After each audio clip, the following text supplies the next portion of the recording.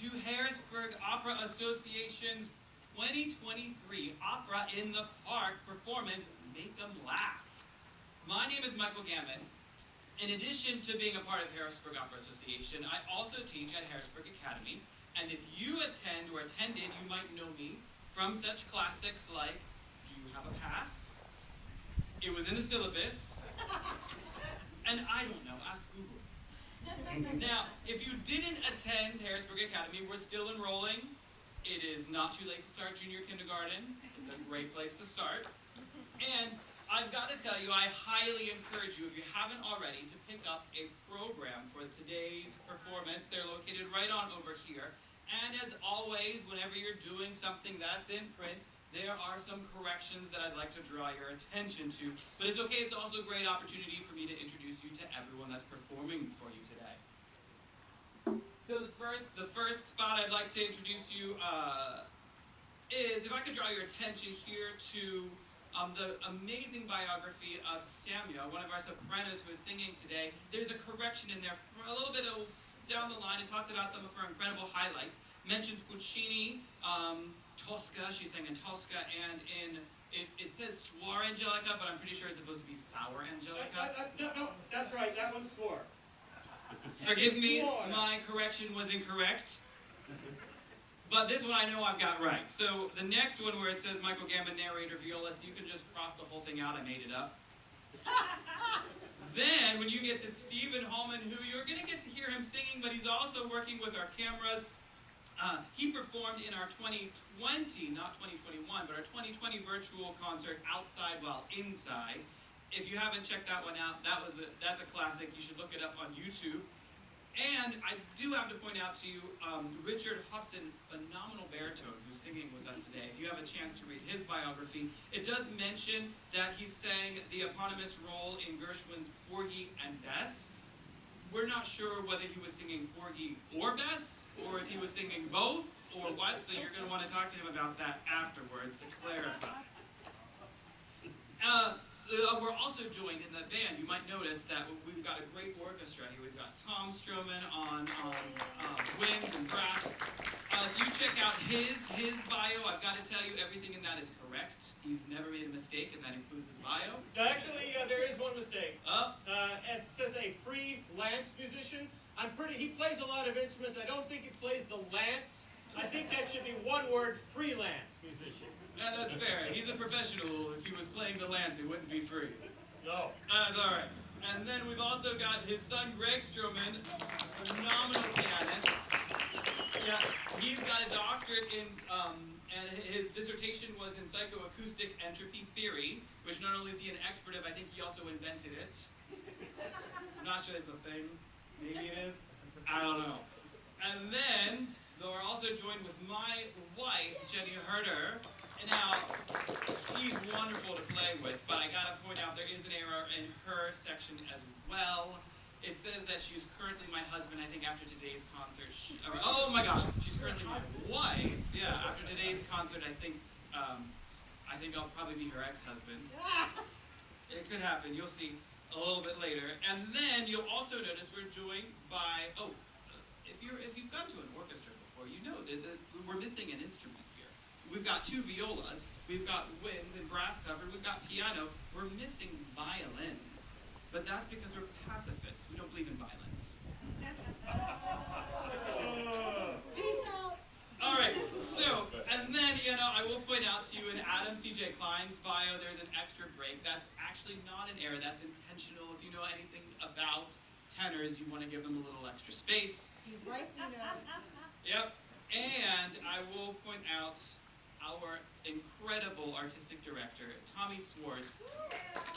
She's just incredible. Her biography is in here, and that's where there should be a line break. Her biography begins with praised by the Washington Post, which is the way that every good soprano's biography should start. Praised by the Washington Post. But with no further ado about the program that I hope you grab, and the program notes in here are hysterical. Adam C.J. Klein wrote them, and they are fantastic. Some of them. Tami wrote the All right. It was a joint effort. We're going to get started then with today's, if there's, no more comments from the peanut gallery. Not yet. We'll get started with the first section, which is classical carousing. So, our first section, Samia will open with the timeless aria Smania Implacabili from Mozart's Così fan tutte. Now, this aria is a little less funny ha-ha and funny hee-hee, but it is fun. But her character is singing of her distress and her restlessness due to her fiancé heading off to war. Except what she doesn't realize is that her fiancé hasn't actually headed off to war. He's just dressed as a different guy in another scene, trying to seduce his best friend. See what I mean? It's opera. Just go with it. Hey, what are you doing with the dead viola player? Move him back a stand. So this is make them laugh. There might be some jokes flying around a little bit, just to give you the heads up. But I'm gonna just push on through. I'm gonna be the bigger man here. Samia's performance will be followed by Richard performing the Mamma Mia il catalogo è questo from another famous Mozart opera, Don Giovanni. Now, in this aria, let me think of how to explain this. Instead of just kind of showing off a bedpost with notches in it, you know what I mean? He's gonna sing about the whole list. Actually, he's going to talk about like 640 in Italy, 1,003 in Spain. He's going to talk about countesses and handmaidens, and basically, if your children speak Italian, it's going to be a really awkward car ride home. That's not all they speak. Hey, what do you call 10,000 dead viola players at the bottom of the ocean? A good start. Oh. So then finally in this section, Tami and Samia will be answering an age-old question, which is quasi-philosophical in nature, and that question is what happens when you put two sopranos in the same room or on the same stage?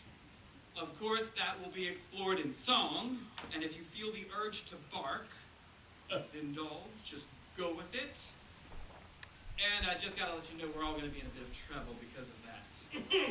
Hey, what's the range of a viola? As far as you can kick it! All right, let's get this show on the road. Let's get started. Dignity, always dignity.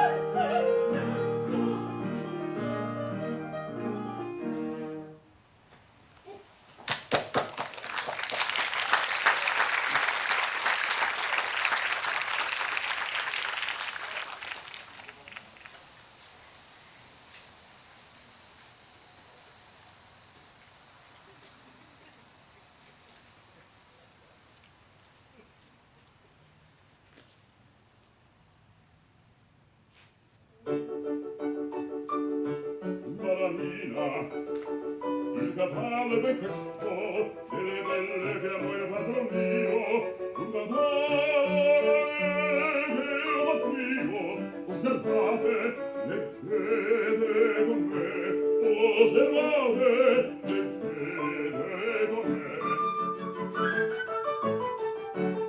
L'Italia 640, in Almagna 231, 100 in Francia, in Turchia 91,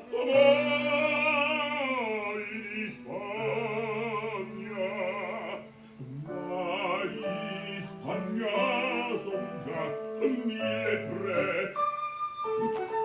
1.300,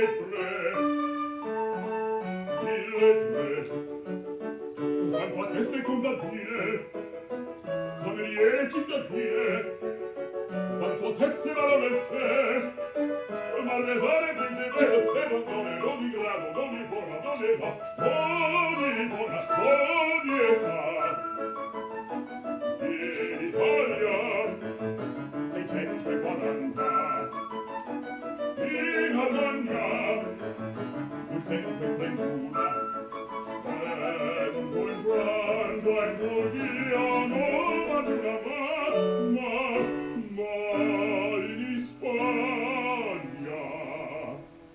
ma in Spagna son già 1.300. 1.300. Dopo che se contadine, cavaliere e cittadine, quando te se valorate, marchesane e principesse, e non di grado, non di forma, non di età, ogni forma, ogni età, ogni forma, ogni età.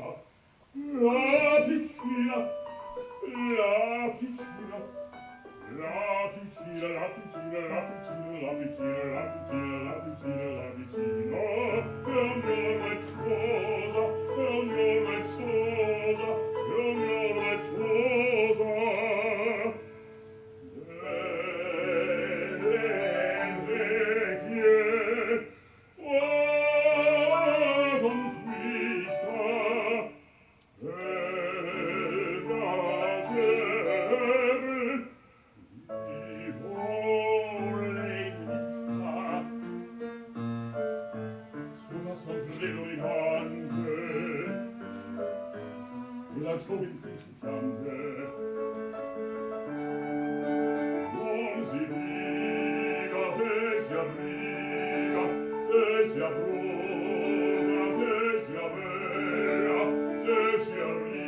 bruta, se si arriga,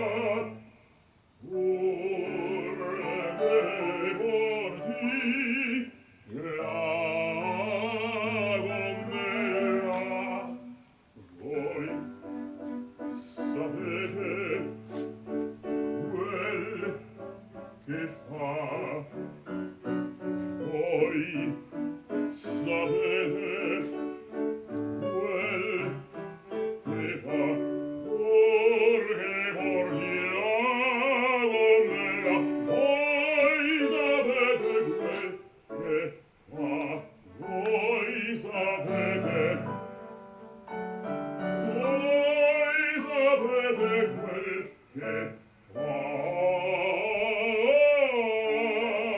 quel che fa,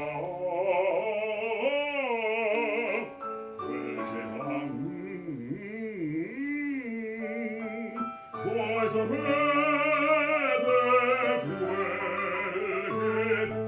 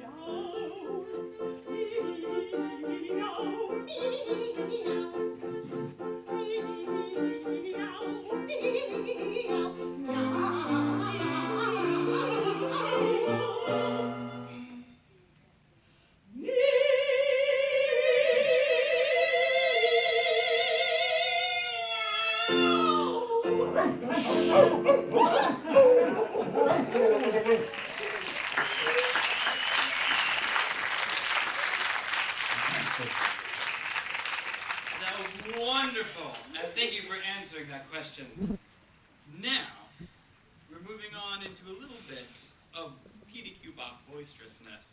Now, if you're not familiar with P.D.Q. Bach, he was the last of Johann Sebastian Bach's 20-odd children, and certainly the oddest of them all.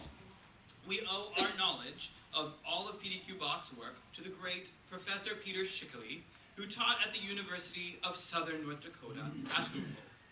And for over 60 years, Professor Schickele researched, documented, and cataloged the life and work of this enigmatic scion of one of music's most gigantic giants ever, and done it almost single-handedly.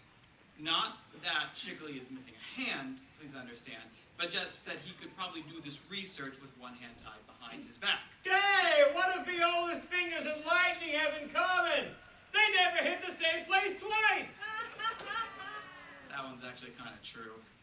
All right, but back to this. P.D.Q. is famous for writing for unusual instruments, such as the trombone, the double reed slide music stand, the Oscar Mayer Wiener whistle, the left-handed sewer pipe, No, sewer flute, sorry. And of course the shower hose in D. Not familiar with those? Well, he also wrote for instruments that are still common today, including strings, brass, woodwinds, piano, voice, but unfortunately, his music doesn't sound any better on conventional instruments than it sounds on the weird ones. And, like the serial music of Schoenberg, it's worth listening to this music because, you know, you can't have light without the darkness, no yin without yang, no Luke without Vader. Hearing PDQ Bach helps us better appreciate the great masters for how great they truly are. Our first selection is from a one-half-act opera called The Stoned Guest, the title of which does not mean what you're thinking. It obviously is echoing the end of Mozart's opera Don Giovanni, right? When Donna Anna's father, who died by Giovanni's hand at the top of the show, shows up at the end as a guest made out of stone. And this guest is going to shepherd the dawn down to the depths of Dante's Inferno. Now, in the PDQ opera, this action starts with a high-born lady of the lowlands, Donna Ribalda, sung by a mezzanine soprano, who finds herself lost in an impenetrable forest. She quickly hides herself when she hears the approach of the castanet-clicking Carmen Gia, a woman of ailing repute, sung by an off-coloratura soprano. And this is what we'll hear from the opera today. This moment. The other characters in the piece are an itinerant nobleman, Don Octave, sung by a bargain countertenor. Dog, a St. Bernard, sung by a Hounden tenor. And Il Commendatoriador, the stoned guest himself, sung by a basso blotto. Now, as for the rest of the plot, in typical opera fashion, a lot of people die. In this case, all of them, except for the dog. And so with that, we welcome you into the world of a man who personifies the soft underbelly of 18th century music, the so-called seamy side of the Baroque. I welcome now to our stage our singer for this selection, Angela de Los Angeles. Hi, everyone. Hello. Oh. Hi. Correct me if I'm wrong, what is your name? Angela de Los Angeles or... Well, you can call me Angie, really. Angie. It's really Angie de Los Angeles. However, I changed my name for the stage. There's another soprano who did that, too. Her name was April Miller, but you know her as a Prima Milo, really. Yeah. All right. Yeah. Well, tell us a little bit about yourself. Where'd you grow up? Oh, I grew up in Queens, but then I moved to the city when I was 10. Oh, okay. Where'd you live in Queens? Underneath Lincoln Center. Okay. I didn't know there were apartments there. There aren't. Shh. Well, okay. Would you say that the environment impacted or affected your career choice? Well, yes, actually, because they were doing all this dancing in the New York State Theater, so I thought I'd get up on the stage and dance with them, you know, because I love to dance. I just love to dance all the time, right? Well, the choreographer saw me and he said, I should go into a career in opera instead. Okay. All right. Oh, and then through that, the love of opera was born, and a PDQ Bach specialist, no less. Well, not exactly. It's because Professor Shickley was the only guy who'd hire me. Well, on that note, let's get started. Okay. All right.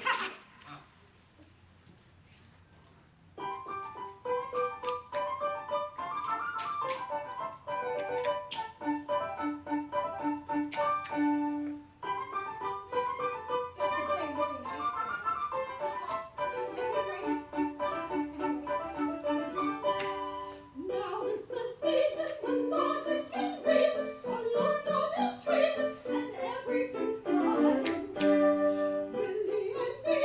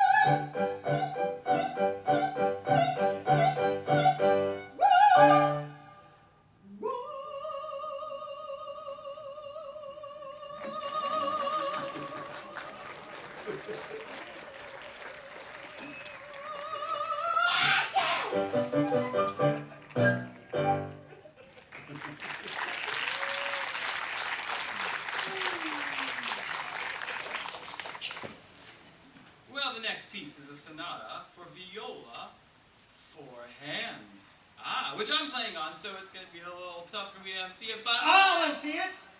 Oh. Okay, sure, great. Come on over. I think I'm out of a job. Oh, just temporarily. Oh, great.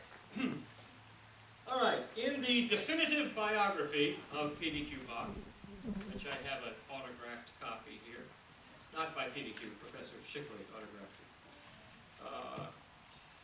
Peter Schickley writes, although there exists an extensive literature for piano four hands, two people playing one piano, this sonata is in all likelihood the only work ever to have been written for two people playing one viola.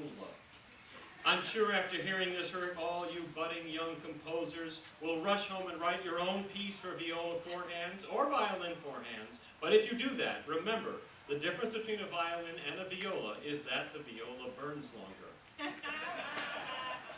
This is an expansive work indeed. It was rare for PDQ Bach to produce more than one movement of anything beyond his vowels. Vowels, that's just the Spanish word for A, E, I, and U. Grow up. Anyway, this piece is in 4 movements, just like a viola has 4 strings, and maybe that's why the Schickley number is 440. The names of the movements are Andantini, Molto Fast, Ground Round, and Alla Breve. That's A-L-L-A-H, Alla Breve. Though this piece comes from the third and last period of PDQ's compositional life, called the contrition period, following the long soused period during which he wrote things like the Pervertimento, the Serenude, the Erotica Variations, and the Mass in the Alla mode, which is what got him excommunicated. We see that old habits die hard, since in this piece PDQ is still confusing Christianity with Islam, or at least music with Islam. But since he wasn't even hoping for redemption at this point, absolution is for sissies, is how he put it, it probably doesn't matter. Anyway, as I was saying, this is an expansive work, much too long for a concert like this, so Michael and Jenny have mercifully made an abridged version, so we won't have to suffer through any more of it than necessary. Oh, okay, I see Michael and Jenny are already ready, so let's get to it.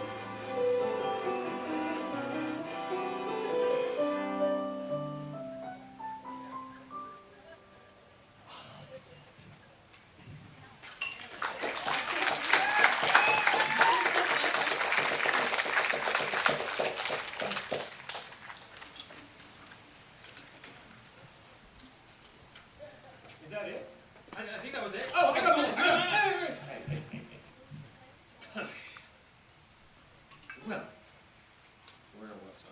Now we come to Peccadillo's Serenade from a simply grand opera. It's actually, that's how it's notated.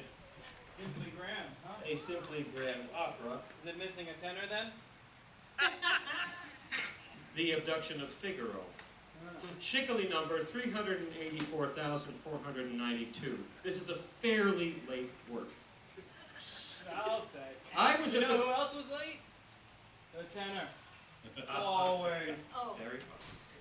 I was at the premiere of this opera in 1984. I say premiere, meaning the 20th century U.S. premiere, since we must assume it was premiered at some point in PDQ's hometown of Vine am Rhein, probably at the castle of Prince Fred of the House of Hangover, PDQ's benefactor and one of the main causes for this music to be inflicted on the world.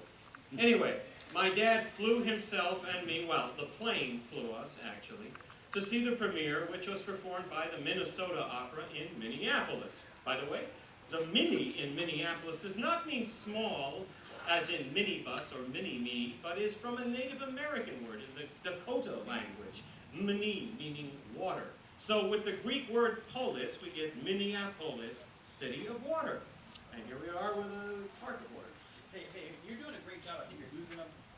Try a joke. Try a joke. Like What this. you- Well, like, what would you call a tenor with a head cold? What would you call a tenor with a head cold? A snotty Pavarotti. Yeah. I'll be here all week. Yeah, okay. The cast includes, in no particular order, we're back to the Abduction of Figaro. The cast includes Donald Giovanni, Don for short, Don's servant Schlepperello, Don's other servant Peccadillo, which is my part, Al Donfonso, Pasha Shaboon, the Pasha's servant Opek, Captain Cad, and then the female cast, Susanna Dana, Donna, and her servant Blondie. The last... All right, so tenor jokes are out. I get it. Both soprano jokes Okay. are in. Well, how do you get a soprano to change a light bulb? How do you get a soprano to change a light Well, bulb? you just hand it to her and the world spins around Ah, yes, her. of course. Hey! The final cast member in the Abduction of Figaro is the mute role of Figaro. The action starts in Seville, then moves to a palace in the Turkish Empire, then ends up in Cuba. Today we hear Peccadillo's Act 1 Serenade, Behold Fair Maiden, which he addresses to Blondie, who he's sweet on. And Angie will be playing Blondie in a different costume. Rather than the cumbersome mandolin that Mozart's Don Giovanni used to woo Zerlina, Peccadillo plays the more practical ukulele. In the premiere, the tenor just played the open strings on this uke, in the few places he was supposed to. But when I first prepared to perform this aria 6 years after the premiere, since I could play the ukulele, I wrote to Professor Schickele to ask if it were allowed to play chords on the uke as well as the open tones, and he graciously conceded that it wouldn't be outside performance practice to do it. So we're going to do that. This is my grandfather Stellan's ukulele, and he accompanied himself on it singing Swedish folk songs on the vaudeville stages, so it's pretty old. It's much older than I am and will probably outlive me. And once Angie's ready, we can start. Let's make sure we're not in tune. Okay, close it up. Where is Blondie anyway? I'm ready to make my entrance. Oh, okay. Correct. And Blondie, Blondie,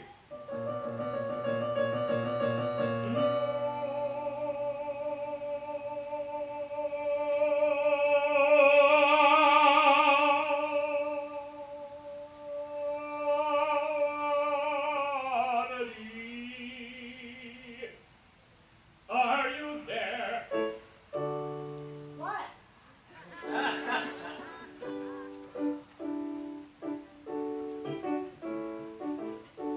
What, you never seen the Blondie?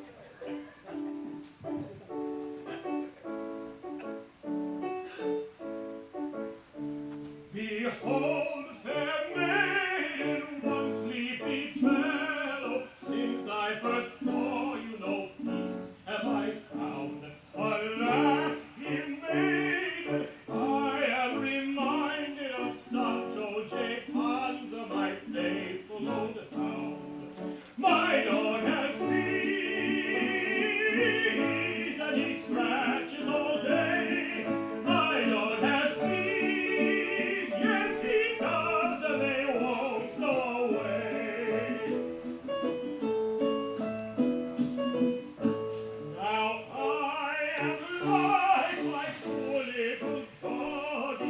living in pain, though my pain is hid.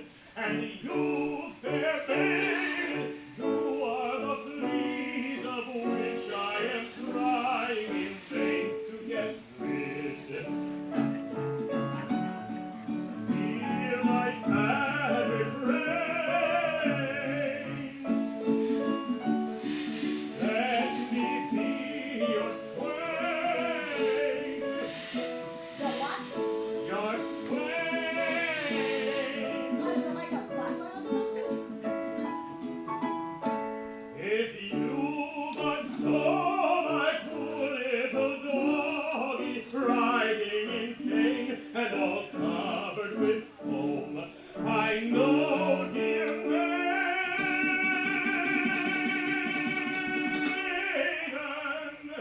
you would take pity on one of God's creatures and bring him home.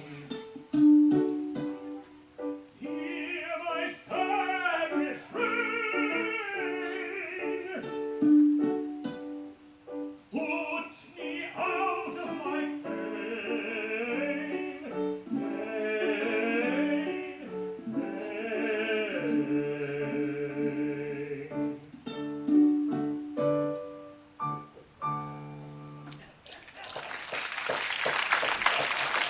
Thank you, Ray. Well, all right. Sorry, I got it. Now we have a piece from The Art of the Ground Round. Shickley number 119 a pound. Now, by ground round, we don't mean meat. We mean a bass line that repeats the same every time while different things happen above it. In this case, 3 singers singing 3 verses, which, when heard all at once, well, let's say the meaning of the words is enhanced in unexpected ways. If you watched the Benny Hill show, you'll remember those partially covered signs that, when completely uncovered, mean something very different than what we thought. Similar idea here. As far as the ground goes, it's scored for a discontinuo. Now, in Baroque music, the term, this is true, the term continuo refers to a keyboard, usually a harpsichord, and a low instrument, originally a viola da gamba, or a bassoon, and later a cello. Peter Shickley, by the way, was a bassoonist, which explains a lot. They're reading off the same line of music, the gamba and the harpsichord, for instance, and playing the bass notes, the bass clef notes, and the harpsichord's right hand are playing chords based on a notation above the notes called, or below them, called figured bass. As mentioned in the program notes, which I invite you to read when we're not performing, PDQ eventually got so fat that he couldn't reach the keyboard unless he played side saddle, and then he could only reach it with one hand, hence the term discontinuo. Today, we'll be making history. We don't have a cello, but we do have 2 violas, which have the same range as a cello, just 1 octave up, so Michael and Jenny can play, and our other players, Greg and Tom, have instruments low enough that they can do the part in the original octave, fulfilling the composer's wishes and then some.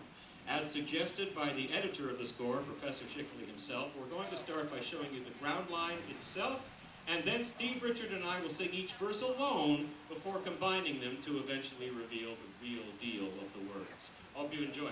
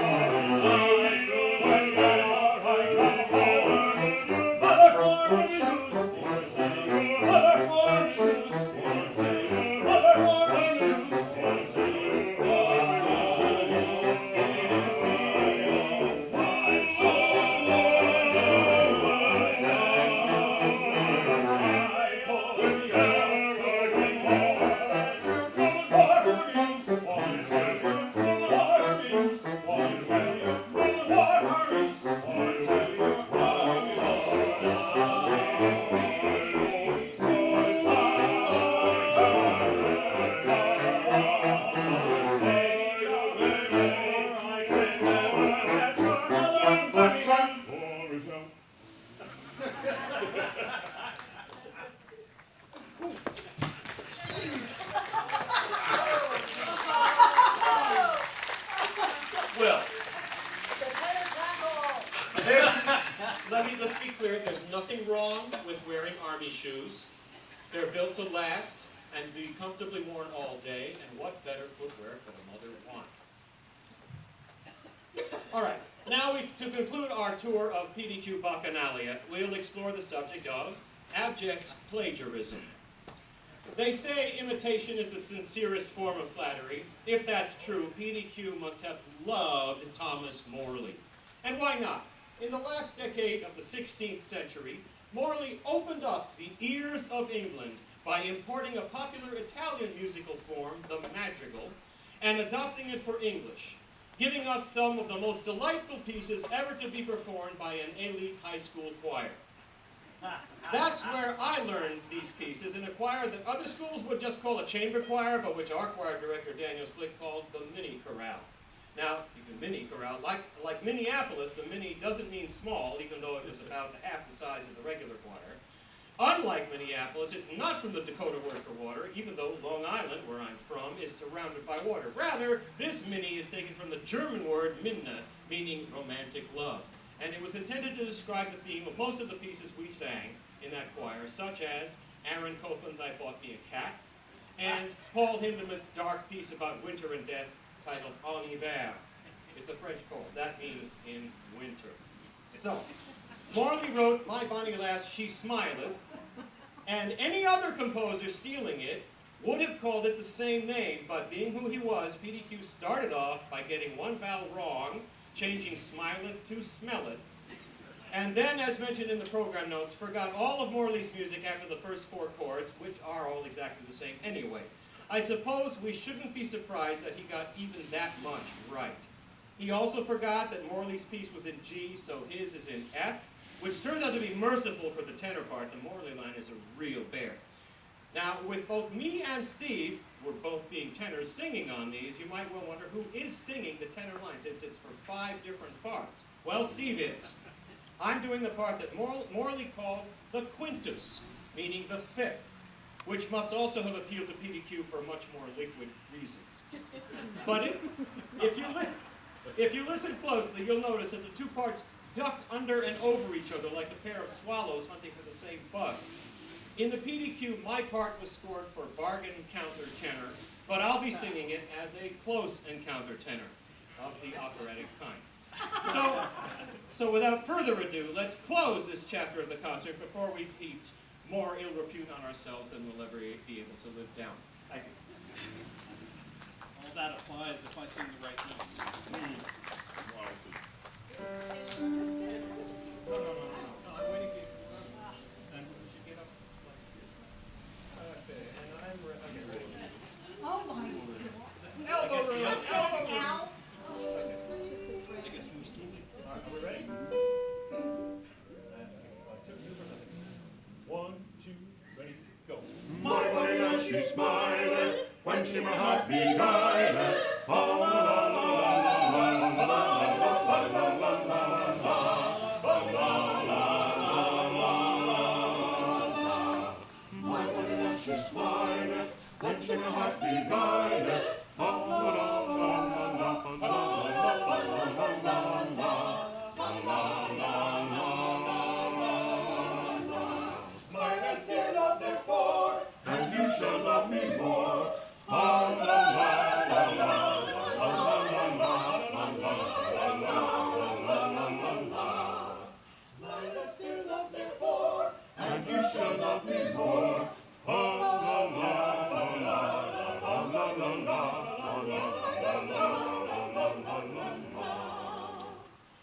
When she was sweet, I turned it. Oh, how my heart it burneth. Fa la la la la la la la la la la la. Fa la la la la la. When she was sweet, I turned it. Oh, how my heart it burneth. Fa la la la la la la la la la la. Fa la la la la la. Dear love, fall in their light, or else you'll burn me quite. Fa la la la la la la la la la la la. Dear love, fall in their light, or else you'll burn me quite. Fa la la la la la la la la la.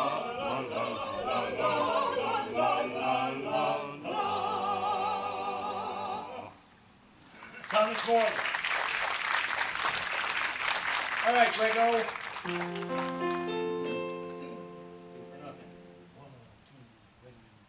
My body as she smelleth, making the flowers jealous. Fa la la la la la. Fa la la la la la. My body as she smelleth, me on she not saved. Fa la la la la la. Fa la la la la. My body as she looketh like a jewel, and soundeth like a mule. My body as she walketh like a doe, and talketh like a crow. La la la la la la la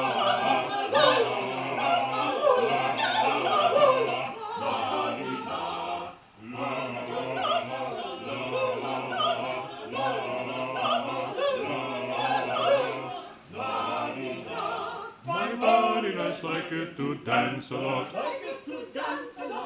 She's Guinevere and I'm Sir Lancelot. Fa la la la la la la la. Fa la la la la la la. Hey! Fa la la la la la. Fa la la la No. 1, 2, ready, go. My yes, I need not matter. What she doth not have doth not matter. Ooh la la la la la. Ooh la la la la la la. Ooh la la la la.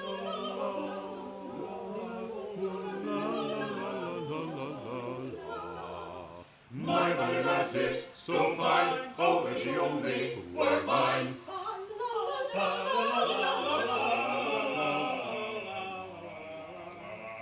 When that little ram ba ba boo ba, there you are, there you are.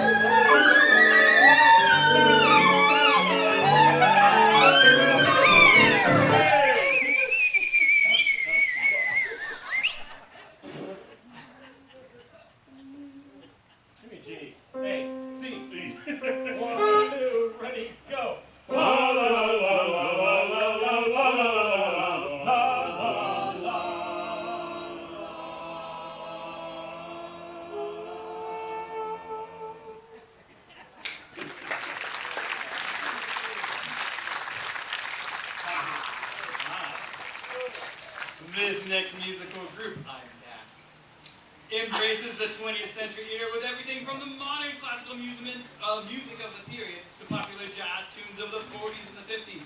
Of note is a piece and a movement by Darius Milhaud entitled Le Quatre Visages, Les Californiennes, pardon my French. Quatre visages, la Californienne. Merci beaucoup. I have no idea what he just said. So, while not intentionally funny, the piece employs a musical technique called bitonality. So it's not funny ha-ha, it's funny hee-hee, in which case you're going to hear multiple musical keys going simultaneously at the same time, giving it a quirky, sort of off-putting and fun sort of feel. With that stated, then we go to Charles Ives' Ann Street, which is just wonderfully weird. Music is usually performed with a time signature, a regular beat. For example, 4/4, which means 4 beats in each measure. You can clap along with it, you can tap your toe. It's so common, we actually just call it common time for short. In this case, though, Ann Street has no time signature at all, and also no key at all. So this trumps Milhaud's piece in the weird department. And as a side note, I will point out that Ann Street is a real street in Manhattan's financial district, and it's pretty much exactly as described in this piece. And then we're going to move on to trumpeter and composer Dizzy Gillespie, who is a national treasure. He is credited with many traits in jazz music, including combining African and Latin influences, to be one of the earlier musicians to create compositions for the Afro-Cuban jazz genre. Now, he was also known for his sense of humor, which seamlessly translated from his personal encounters into his music. So for example, if you haven't heard this tune, we here at HOA highly recommend that you listen to Swing Low, Sweet Cadillac.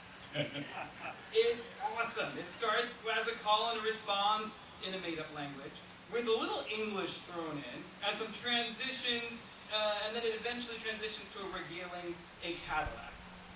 Today, we won't be performing that one. We'll actually be performing Salt Peanuts, which is phenomenal. It was a collaboration between Gillespie, saxophonist Charlie Parker, and drummer Kenny Clark, and it's masterfully arranged today by Greg Strohman. Now, the play on words in Salt Peanuts, the dizzyingly fast tempo, the overall joy that this piece has given to audiences since the bebop period of jazz is a testament to his enduring influence. And then we'll finish up this section with a special number that you won't want to miss, but I'm not going to give it away. Oh, I take it away.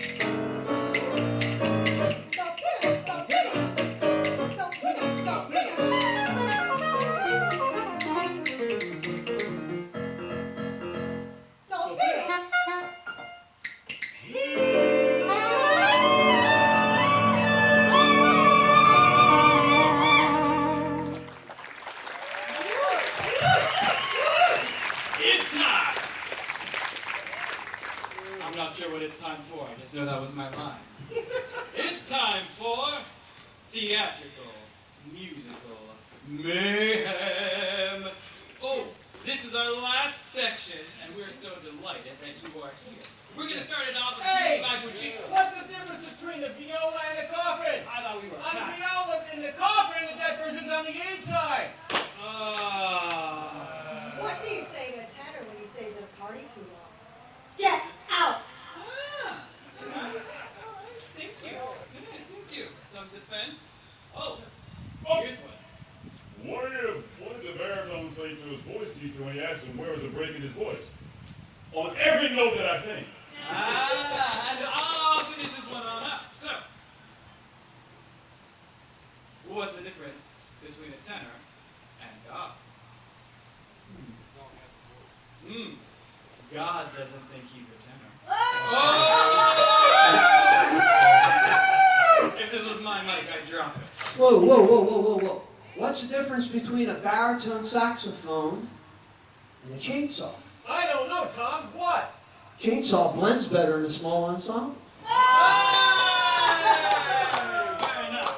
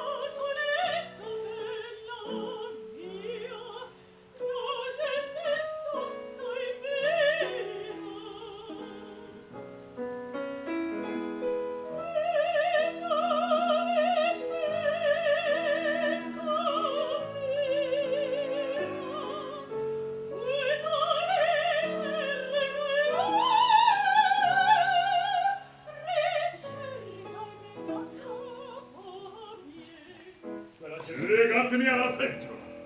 Quella gente che ti va.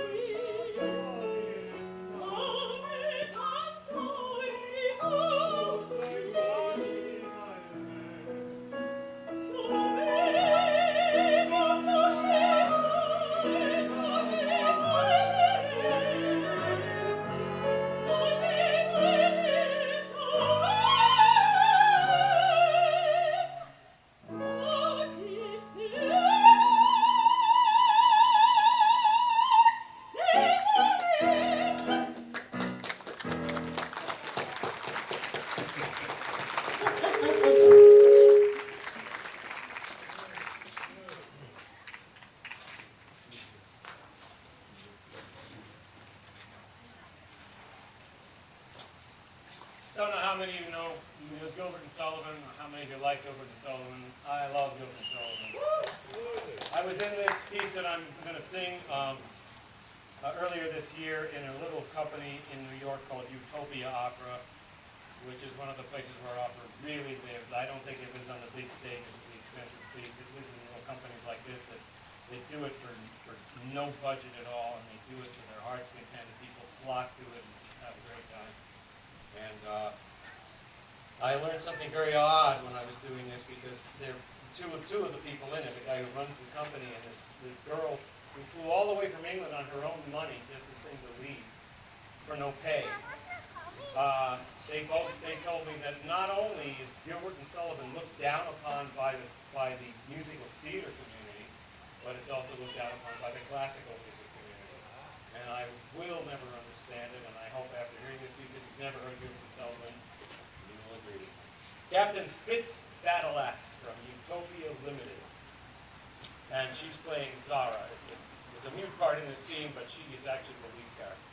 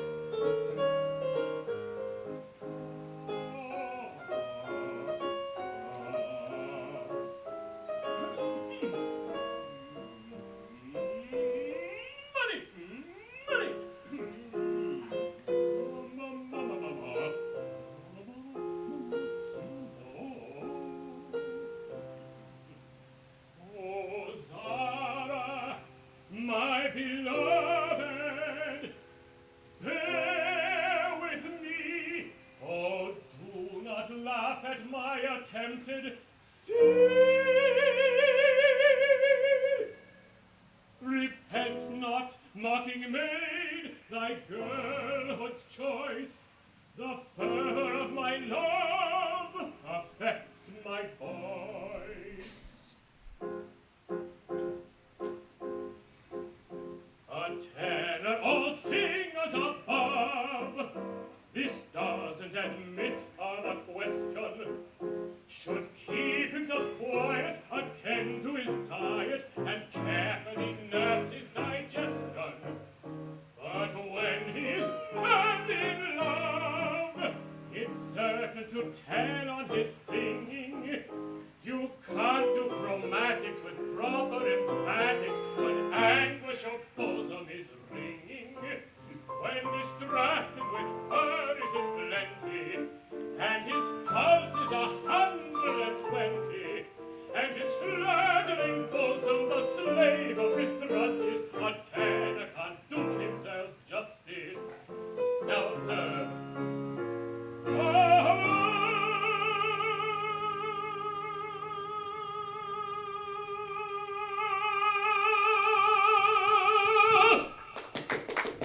You see, I can't do myself justice.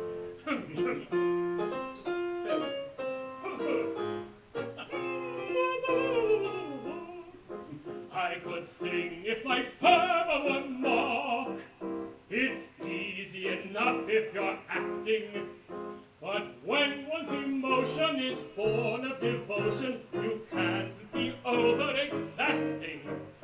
One ought to be firm as a rock, to venture a shaking vibrato. When fervor's expected, keep cool and collected, or never attempt agitato. But of course when his tongue is of leather, and his lips appear pasted together, and his sensitive palate as dry as a crust is, a tenor can't do himself justice. Now observe.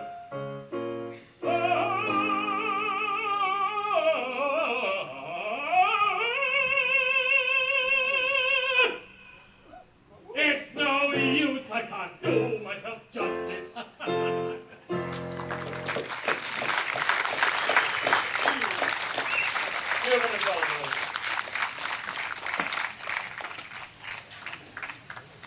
All right, we've just got a couple last numbers for you. I can't say thank you enough for handling this weather, this heat, this sun. We are having a blast, and we thank you so much for being a part of it. Next up is Buffalo Boy by Celius Doherty. Mr. Hobson and Mr. Greg Strohman will be delighting us with this number. So, Good afternoon, ladies and gentlemen. How many of you have ever heard of buffalo soldiers? Okay, well, that's quite more than I had thought. Buffalo soldiers were the soldiers, African-American soldiers, who helped expansion to the West. And in the 1860s, when the American, Native Americans, I won't say Indians, saw them, they said they reminded them of buffalo because of their curly hair, and thus the name Buffalo Soldiers. Well, this song is about a buffalo soldier, and it's called Buffalo Boy. And I actually got this song from the great William Warfield, who was the husband of Leontine Price. I heard him sing it, and I had to have it. Here we go.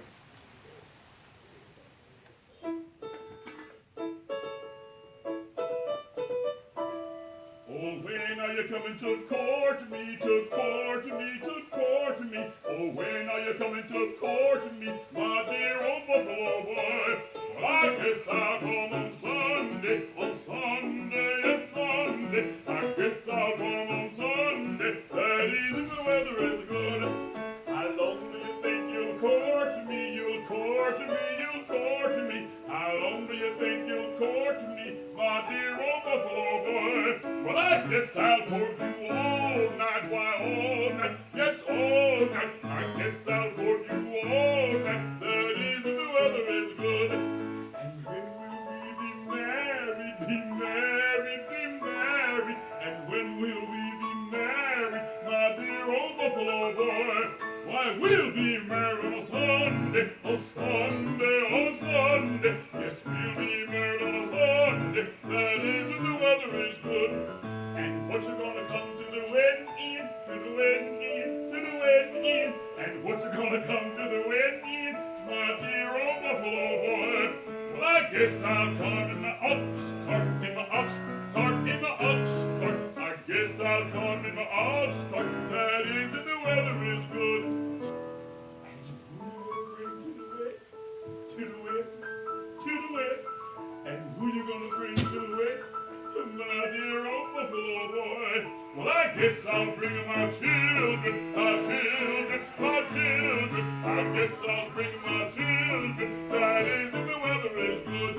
I didn't know you had any children, any children, any children. I didn't know you had any children, my dear old buffalo boy. Well, sure, I've got my children, my children, my children. Why, yes, I've got my children, maybe 6 if the weather is good. But there ain't gonna be no wind, no wind, no wind. I said there ain't gonna be no wind, not even if the weather is good.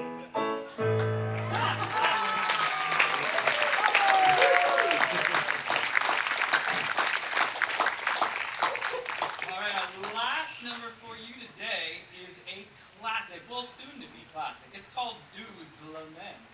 And I'm pretty excited for that one coming on up just soon.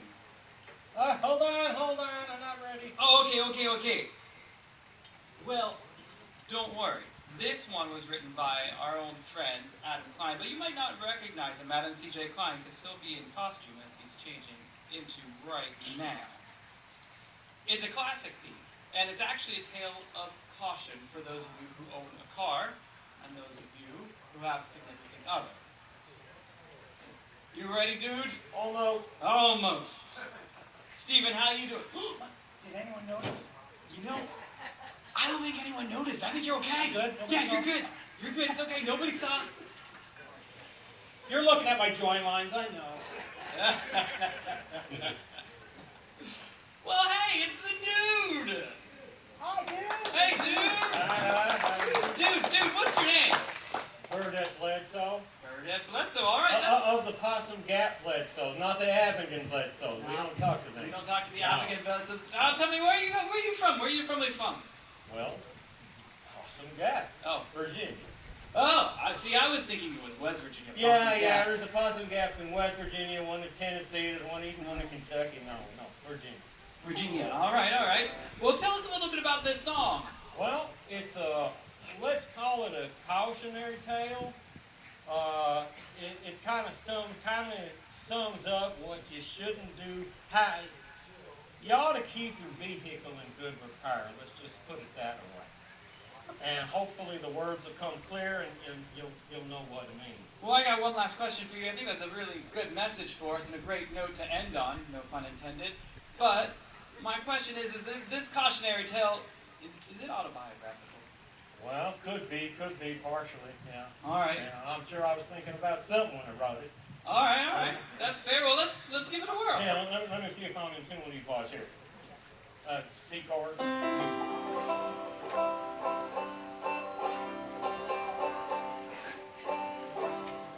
All right, not too bad. Not too bad. Let me get here so I can see some people.